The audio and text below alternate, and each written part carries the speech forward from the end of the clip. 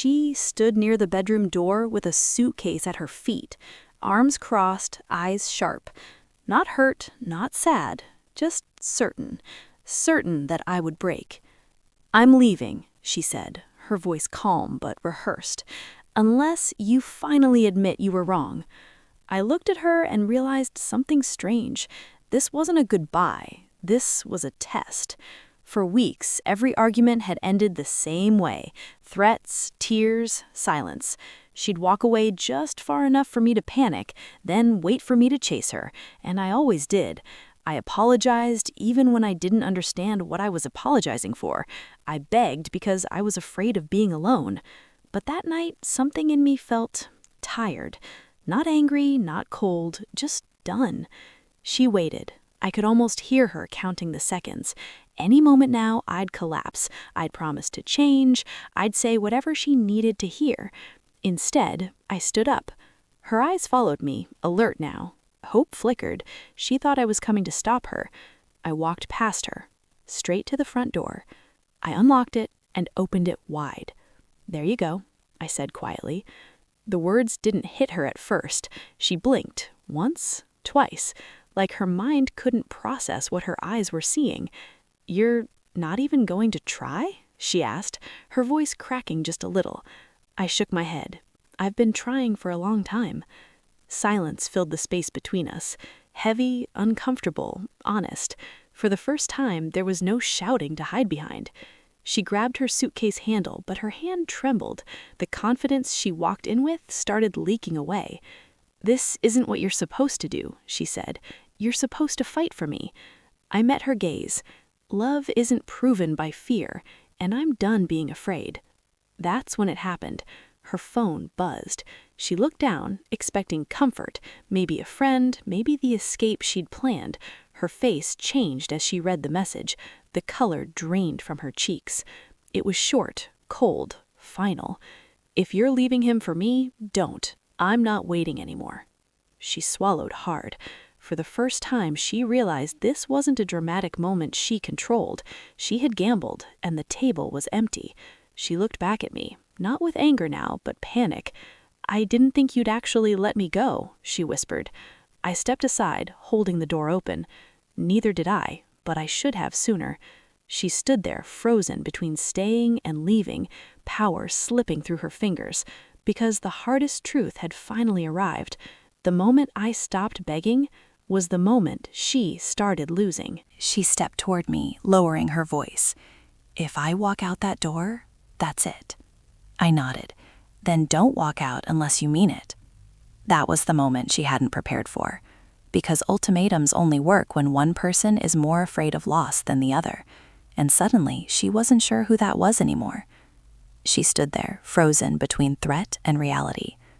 "You don't even look upset," she said. "I am," I replied, "just not desperate." Her eyes flickered. Anger, confusion, something close to fear. "After everything we've been through, you're just letting this end?" I leaned against the wall. "I'm letting the manipulation end." That word hit her like a slap. She opened her mouth to defend herself, then stopped, because somewhere deep down she knew. She had always known. She had rehearsed tears. She had rehearsed silence. She had rehearsed me begging. What she hadn't rehearsed was me being done. Her phone buzzed. She ignored it. Then it buzzed again. Annoyed, she looked down, and I watched her face change. Not dramatically, no gasp, no tears, just the slow collapse of certainty. "What is it?" I asked. She swallowed. "Nothing." But her fingers tightened around the phone like it was burning her.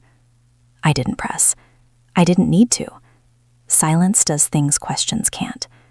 She looked at the screen again. This time, she read it fully. And that's when the truth finally arrived. The message wasn't long. "I can't keep doing this. I'm stepping back." No emojis, no explanations, no safety net. The person she had counted on, the backup audience for her exit, was gone. Her shoulders slumped. She hadn't planned to leave alone. She looked up at me, eyes glossy now, not from heartbreak, from loss of control. "I didn't think it would go like this," she whispered. I nodded. It never does. She took a step toward me, then another. Can we just talk? She asked. I didn't move. We are talking, I said gently, just without fear. She searched my face, looking for the old version of me, the one who would crack at the first sign of vulnerability. I didn't mean to hurt you, she said. I know, I replied, but you didn't mean to stop either. That was the truth she had spent years avoiding. She reached for the door handle, not to leave this time, but to close it. I stopped her. Don't, I said, not unless you're staying without conditions. Her hand hovered in the air. She had never been asked that before. Stay without leverage. Stay without threats. Stay without power games. She stepped back. I don't know how to do that, she admitted. And for the first time, her honesty wasn't a weapon. I softened. Then maybe leaving is the kindest thing you can do. Tears finally came. Quiet, real. She nodded slowly, picking up her bag. This time there was no performance, no pause to be chased. She stepped into the hallway. Then she turned. You're not who I thought you were, she said. I smiled sadly. Neither are you. The door closed, and something inside me finally opened. Not relief, not victory. Freedom. Because the moment she didn't prepare for was the moment I stopped needing her to choose me. When silence spoke louder, the argument ended the way it always did, not with answers, but with noise. Her voice rose, mine followed. Words collided until none of them meant anything anymore. She accused, I defended. Old wounds were dragged into the light and used like weapons. And then just as suddenly, she stopped. She grabbed her bag. That's it. I can't do this anymore. I waited. Not because I didn't hear her, but because something inside me finally understood that responding would only feed the cycle. She moved toward the door, every step deliberate, loud enough to announce her exit.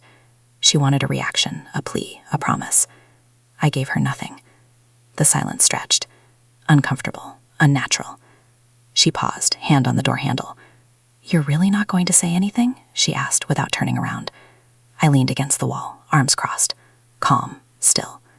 Silence. That's when she turned. Her eyes searched my face, scanning for anger, pain, anything familiar. What she found instead unsettled her. You don't care anymore, she said. I shook my head slowly. I care too much to keep shouting. That wasn't the answer she wanted. She scoffed, pacing the room. So this is it? You're just done talking? I watched her move. Noticed things I hadn't before. How every step was meant to provoke. How every sigh was an invitation to chase. I've already said everything, I replied quietly. The room felt different now, smaller, like the walls were listening. She tried again. Say something, fight back. I didn't. And in that silence, something shifted. Her confidence wavered. The anger she had leaned on began to crack, exposing uncertainty underneath. This isn't fair, she said, softer now. You don't just get to shut down.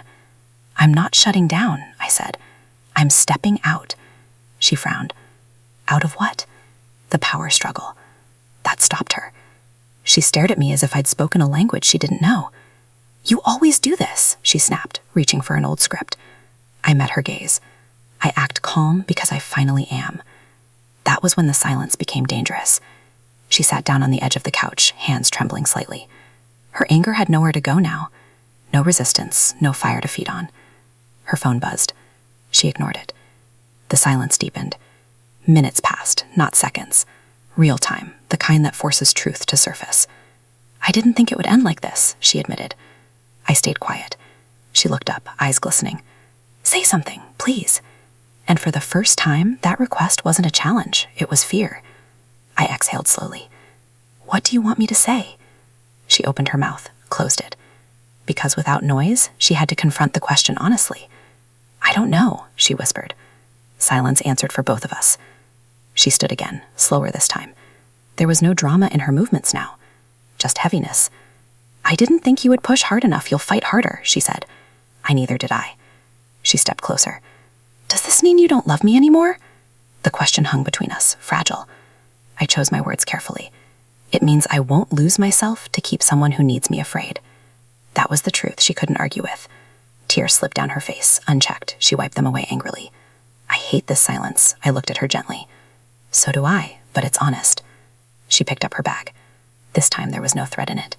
She walked to the door, hesitated, then turned back one last time. If I leave, she asked quietly, will you stop me? I held her gaze. Silence. Her shoulders dropped. She understood everything I didn't say. She opened the door and stepped out. The door closed shut behind her, soft, final. And in the quiet that followed, I felt something unexpected. Not emptiness. Peace. Because when words are used to control, silence becomes the loudest truth of all. The regret that came too late. She didn't realize she had lost me when she walked out. She realized it days later, when the silence didn't break. No angry messages, no late-night calls, no "are you okay" texts disguised as concern. Just nothing. At first she enjoyed it, the calm, the space. She told herself this was exactly what she needed, a reminder of her value, a pause before I came running back. But I didn't. The first crack came when she reached for her phone out of habit and stopped herself, confused by the unfamiliar weight of not being chased. By the third day, curiosity turned into irritation. By the fifth, into panic. She finally texted, "So, are we really not talking?" I read it. I didn't reply. That was the moment she hadn't prepared for. Because my silence wasn't punishment. It was acceptance. She showed up at the apartment a week later. Same door, same hallway, different energy. She knocked, softly. When I opened the door, she searched my face for warmth, for relief, for the old reassurance that she still mattered the most. What she found instead was calm. "You look okay," she said, surprised. "I am," I replied. That hurt more than anger ever could. "I've been thinking," she began quickly, words tumbling out. "Maybe we both set things. Maybe we can reset." I listened, truly listened, but something had shifted beyond repair. "You're not asking to fix us," I said gently. "You're asking to feel in control again." Her eyes filled instantly. "That's not fair." "I know," I said.